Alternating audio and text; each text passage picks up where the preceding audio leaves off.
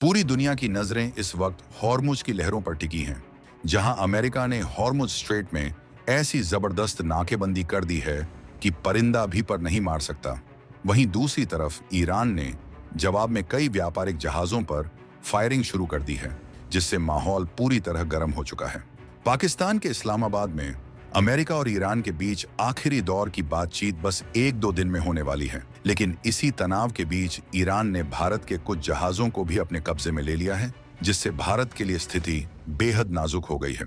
चीन इस मौके की ताक में बैठा है और रूस अपनी चालें चल रहा है, लेकिन इसी महायुद्ध की आहट के बीच स्वीडन से भारत के लिए एक ऐसी खबर आई है जो समंदर की जंग का पूरा नक्शा ही बदल देगी। जब पूरी दुनिया ऊपर आसमान में उड़ते हुए ड्रोन, लंबी दूरी की मिसाइलों और बड़े बड़े एयर डिफेंस सिस्टम की चर्चा में उलझी हुई है, ठीक उसी वक्त भारत समंदर के ऊपर एक अदृश्य युद्ध जीतने की तैयारी कर चुका है। स्वीडन की दिग्गज डिफेंस कंपनी साब ने भारतीय नौसेना के सामने एक ऐसा प्रस्ताव रखा है जिसे सुनकर बीजिंग से लेकर रावलपिंडी तक के नेवल हेडक्वार्टर में खलबली मच गई है। यह कोई मामूली हथियार या मिसाइल नहीं है, बल्कि यह एक ऐसी टेक्नोलॉजी है जो भारत के युद्धपोतों को समंदर का अदृश्य शिकारी बना देगी। इसे तकनीकी भाषा में स्लिम यानी साब लाइट वेट इंटीग्रेटेड मस्तूल कहा जाता है। सुनने में यह सिर्फ एक टावर जैसा लग सकता है, लेकिन यकीन मानिए ये वो जादुई छड़ी है जो आने वाले समय में समंदर की हर जंग का रुख मोड़ने की ताकत रखती है। अब सवाल यह है कि आखिर इस एक मस्तूल में ऐसा क्या खास है कि भारत इसे लेकर इतना गंभीर है और स्वीडन ने इस वक्त ही यह ऑफर क्यों दिया है। चलिए अब इस पूरे खेल को गहराई से समझते हैं। आपने अक्सर युद्धपोतों या वॉरशिप की तस्वीरों में देखा होगा कि जहाज के ऊपर ढेर सारे रडार, अजीबोगरीब आकार के एंटीना और बहुत सारे छोटे छोटे सेंसर लगे होते हैं। पुराने जमाने के जहाजों पर यह सब एक कबाड़ खाने की तरह बिखरे हुए नजर आते थे। अब समस्या यह थी कि जब इतने सारे उपकरण अलग अलग दिशाओं में लगे होते हैं तो दुश्मन का रडार उन्हें बहुत आसानी से पकड़ लेता है। रडार की किरणें जब इन उबड़ खाबड़ एंटीना से टकराती हैं तो जहाज की एक बहुत बड़ी इमेज दुश्मन की स्क्रीन पर चमकने लगती है। लेकिन स्वीडन की इस स्लिम टेक्नोलॉजी ने इस पूरी समस्या का समाधान ही निकाल दिया है।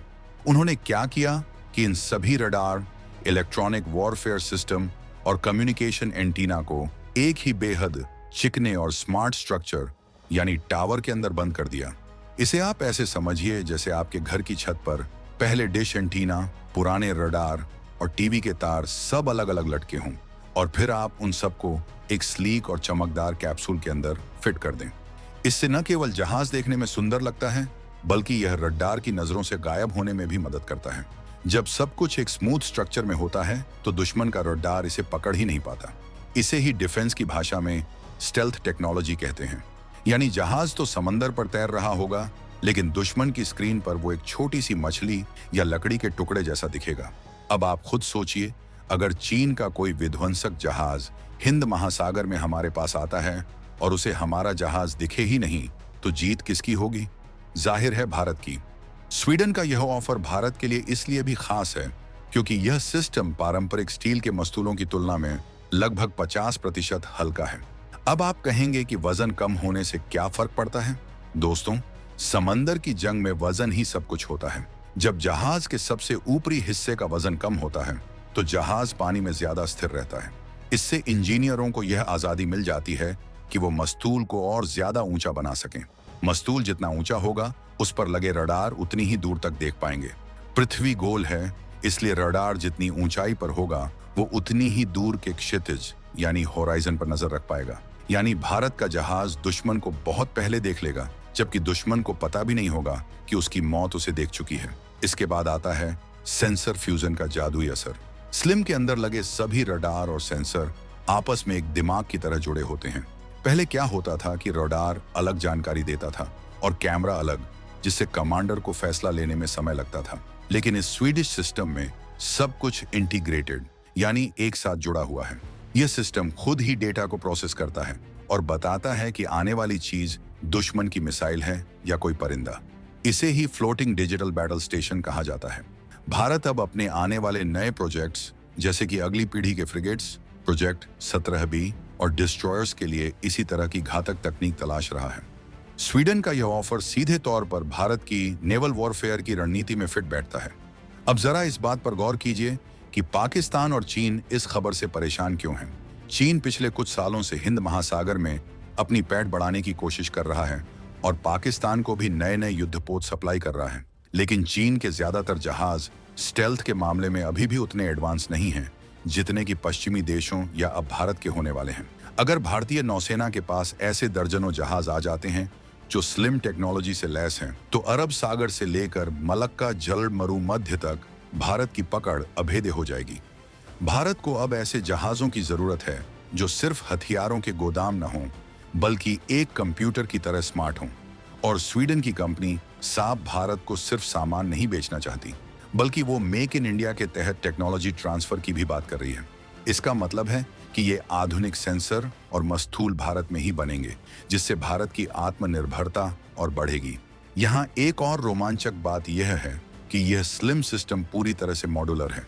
इसका मतलब यह है कि अगर भविष्य में कोई नई टेक्नोलॉजी आती है तो आपको पूरा जहाज बदलने की जरूरत नहीं है।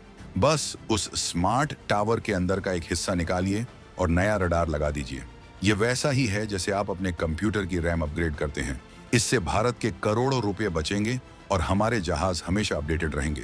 स्वीडन जानता है कि भारत इस वक्त दुनिया की सबसे तेजी से बढ़ती नौसैनिक शक्ति है। जिस तरह से हम हॉर्मुज के संकट में फंसे अपने व्यापारिक हितों की रक्षा कर रहे हैं, उसने पूरी दुनिया को दिखा दिया है कि भारत अब किसी के दबाव में नहीं आने वाला।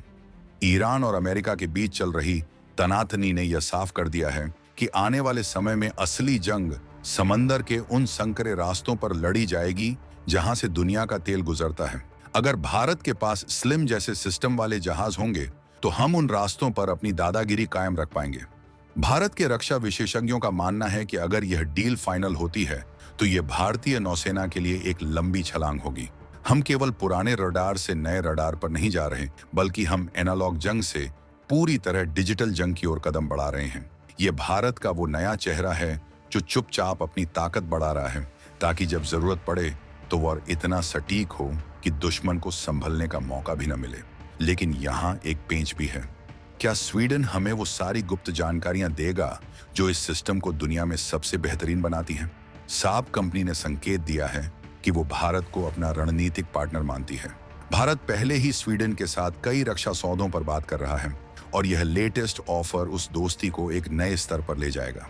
कल्पना कीजिए, एक ऐसा भारतीय युद्धपोत जो पूरी तरह खामोश है, जिसके रडार चालू हैं लेकिन दुश्मन को पता नहीं चल रहा, और जो समंदर की लहरों को चीरता हुआ दुश्मन के इलाके में घुस जाता है। यह किसी फिल्म की कहानी जैसा लग सकता है, लेकिन 2026 की हकीकत यही होने वाली है। चीन के पास संख्या बल हो सकता है, उसके पास हमसे ज्यादा जहाज हो सकते हैं, लेकिन युद्ध हमेशा संख्या से नहीं बल्कि श्रेष्ठता से जीता जाता है। स्वीडन की यह टेक्नोलॉजी भारत को वो टेक्नोलॉजिकल एज यानी बढ़त देने वाली है।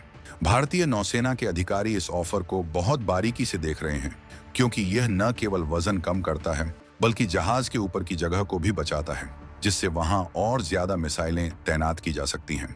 कम वजन यानी ज्यादा हथियार और बेहतर स्टेल्थ, ये किसी भी नौसेना के लिए एक सपनों जैसा कॉम्बिनेशन है। जैसे जैसे 2026 की यह वैश्विक उथल पुथल आगे बढ़ रही है, भारत की हर चाल बहुत नपीतुली है।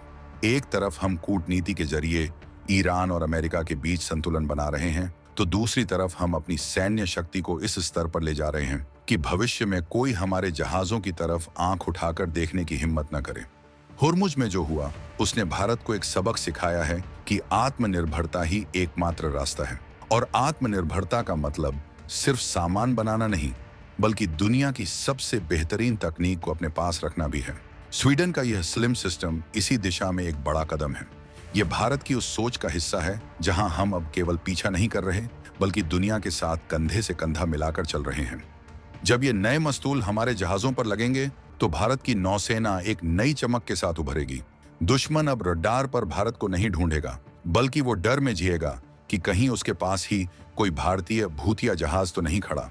स्टेल्थ का असली मतलब यही है, दुश्मन के दिमाग में डर पैदा करना कि वो जिसे देख नहीं सकता वो उसे कभी भी खत्म कर सकता है। अब अंत में एक सबसे बड़ा सवाल उठता है, क्या भारत इस स्वीडिश ऑफर को स्वीकार करके अपनी अगली पीढ़ी के जहाजों का चेहरा पूरी तरह बदल देगा? क्या यह तकनीक चीन के बढ़ते प्रभाव को हिंद महासागर में हमेशा के लिए खत्म कर पाएगी?